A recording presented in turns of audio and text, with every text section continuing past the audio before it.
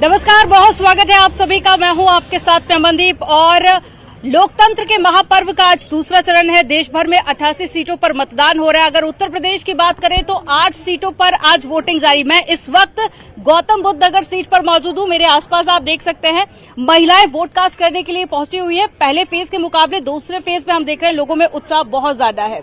Aunty जी, vote cast करके आई हैं आप? हाँ जी। दिखाइए, क्या मुद्दे रहे इस बार, क्या मुद्दों को ध्यान में रखकर आपने मतदान किया?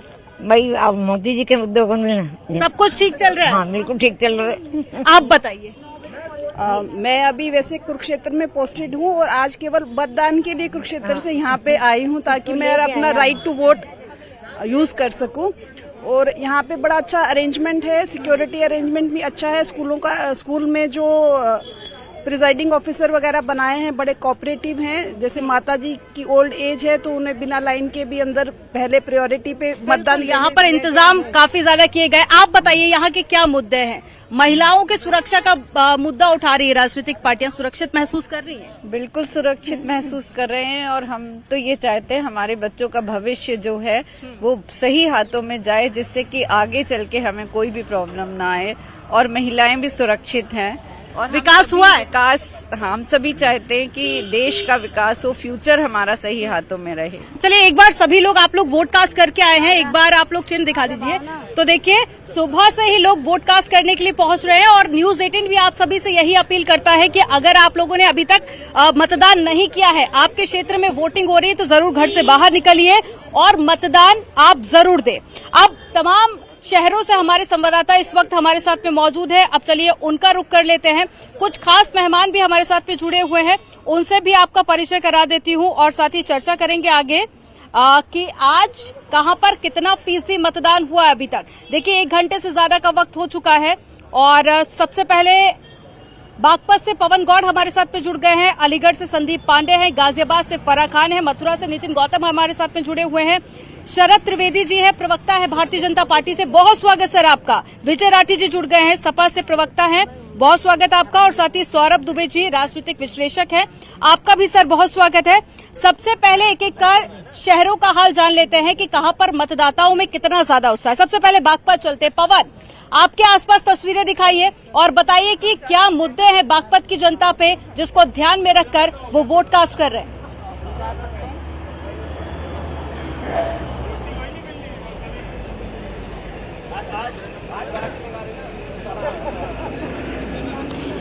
देखिए, बागपत में सुबह से ही मतदाताओं में लगातार उत्साह है और मतदाता लगातार, आप देख रहे हो, लंबी कतार लगी हुई है। सुबह से इसी तरह के हालात हैं और यहाँ मतदाता जो है अच्छी खासी संख्या में अपने अपने घरों से निकल रहे हैं।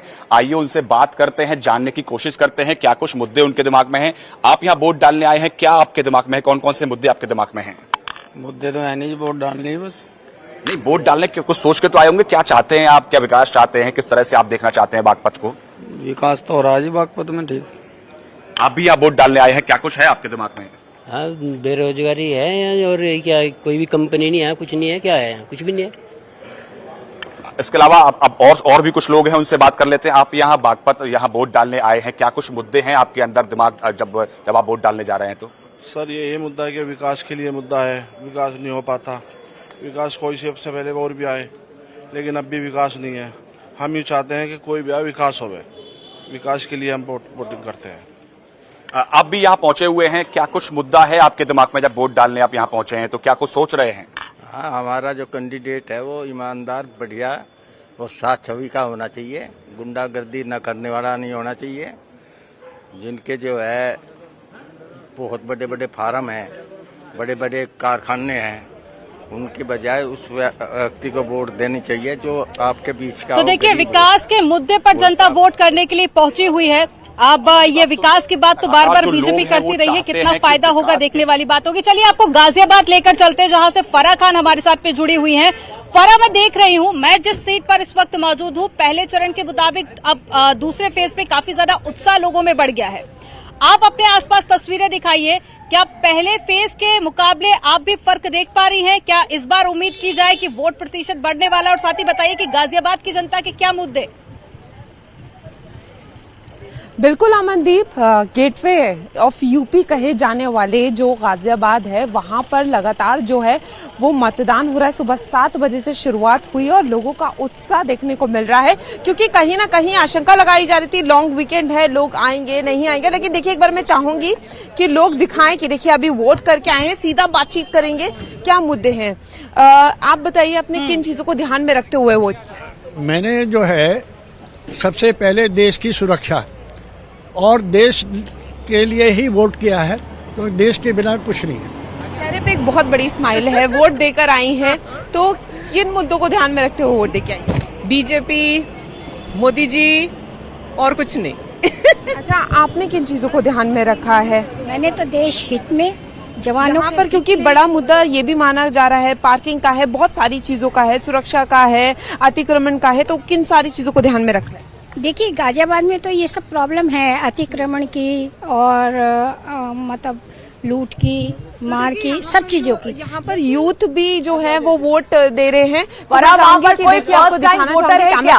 कोई वहाँ पर फर्स्ट टाइम वोटर है जो पहली बार? बिल्कुल, जो आप क्या फर्स्ट टाइम वोटर है? नहीं, मैं डाल चुकी हूँ पहले। डाल चुकी हैं, तो किन चीजों को ध्यान में? देखिए, ये फर्स्ट टाइम वोटर है मेरे साथ, उनसे बातचीत करेंगे। किन चीजों को ध्यान में रख के वोट किया? क्योंकि पहला वोट जब डालने जाते हैं बहुत कुछ दिमाग में होता है। नहीं, मेनली तो इंडिया का विकास, डेवलपमेंट और मेनली इंटरनेशनल रिलेशंस, बिकॉज मैं यूएस में रहता हूँ, तो international relations is something that I always look forward to, and so उसको ध्यान में। देखिए अमनदीप, यहाँ पर हमारे साथ यूथ भी है, उनसे जानेंगे किन चीजों को ध्यान में रखते हुए वोट दिया।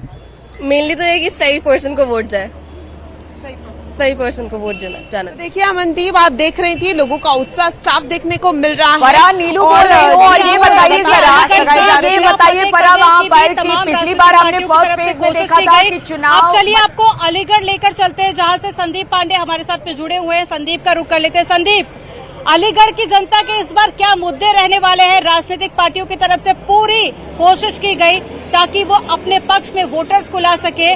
अब आज कितनी बढ़ चढ़कर लोग इस लोकतंत्र के महापर्व में हिस्सा ले रहे हैं? देखिए, ताला और तालीम का शहर है अलीगढ़, और यहाँ की जनता किसे जीत की चाबी सौंपती है ये तो आने वाला वक्त ही बताएगा। लेकिन उस चाबी के लिए आज वोटिंग शुरू कर दी। आप देख लिए संत फितलिस कॉलेज है, जहाँ पे लगातार वोटरों का आना जाना जारी है। युवा हैं, बुजुर्ग हैं और महिलाएं हैं, लगातार वोटिंग कर रही हैं और हम इनसे बात करने भी कोशिश करते हैं। भाई साहब, किन मुद्दों पे आप वोटिंग कर रहे हैं? देश के विकास के लिए। देश के विकास के। महिलाओं के लिए क्या मुद्दे हैं? जो राम को लाया है हम उनको लाएंगे। आप देखिए, जो राम को लाए हैं उनको लाएंगे ये, और विकास के नाम पे भी वोट हो रहा है। आप वोट कास्ट कर रहे हैं? देश के विकास के नाम के वोट हो रहे हैं। आपका क्या नाम है? नीतू अग्रवाल। महिलाओं के लिए क्या मुद्दे हैं? सुरक्षा का है, मेन उनका सेफ्टी है।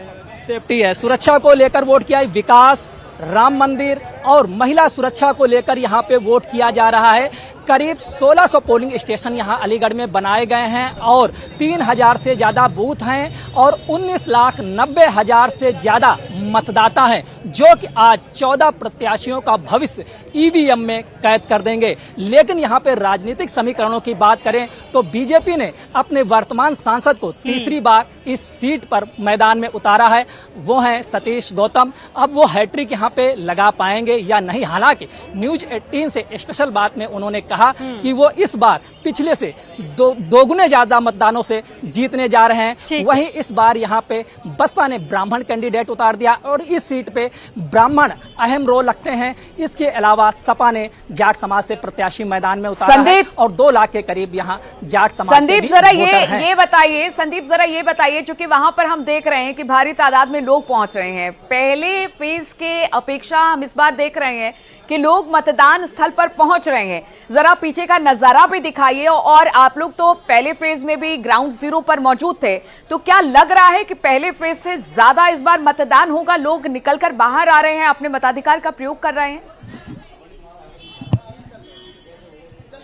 बिल्कुल, वोटिंग का 1 घंटा हो गया। हम अपने वीडियो जर्नलिस्ट से कहेंगे बूथ का नजारा दिखाएंगे। पोलिंग स्टेशन है यहाँ पे संत फेतलेस, जो कि बड़ा पोलिंग स्टेशन है। करीब 8 से 10 बूथ यहाँ पे बनाए गए हैं और इस बार निर्वाचन आयोग ने विशेष सहूलियतें वोटर्स को दी हैं, यानी कि दिव्यांग वोटर्स के लिए अलग से बूथ हैं, महिलाओं के लिए अलग से बूथ हैं और इसके अलावा बुजुर्गों के लिए भी अलग से बूथ हैं। तो ये सुविधाएं दी गई और पहली बार से अधिक इस बार वोटर दिख रहे हैं। अभी सुबह का समय है तो लोग जो मॉर्निंग वॉक पे निकले हैं वो सीधे वोटिंग करने जा रहे हैं, यानी कि पहले मतदान और बाद को जलपान। आप देख सकते हैं किस तरीके से उत्साह लोगों में है जो सुबह मॉर्निंग वॉक करने निकले हैं और सीधे मतदान स्थल पर पहुंचने। क्या नाम है? इस वक्त लोगों में उत्साह काफी ज्यादा देखा जा रहा है। हालांकि शाम तक जब वोटिंग खत्म होगी उसके बाद में कुछ क्लियरिटी निकलकर सामने आएगी कि पहले फेज के मुकाबले इस बार कितना प्रतिशत बढ़ता है। हालांकि कोशिश पूरी है, लोगों में उत्साह भी बहुत ज्यादा है। नीलू, मैं भी ग्राउंड जीरो पर मौजूद हूँ, लोगों में काफी ज्यादा उत्साह देखा जा रहा है। अब चलिए अपने मेहमानों के पास में चलते हैं। शरद त्रिवेदी जी हमारे साथ में जुड़े हुए हैं, बीजेपी से प्रवक्ता हैं। शरद जी, 8 सीटों पर यूपी में वोटिंग हो रही है। 8 सीटों में से कितनी सीटों पर आप लोगों को उम्मीद है, और साथ ही ये भी बताइएगा कि जीत का आधार क्या होगा? हम आपके संवाददाता की बातें सुन रहे थे, जो जनता की राय आ रही थी। सब हर व्यक्ति सिर्फ एक बात कह रहा था कि हम विकास के लिए लड़ रहे हैं और विकास के लिए हम वोट दे रहे हैं और हम इसी मुद्दे को लेके आज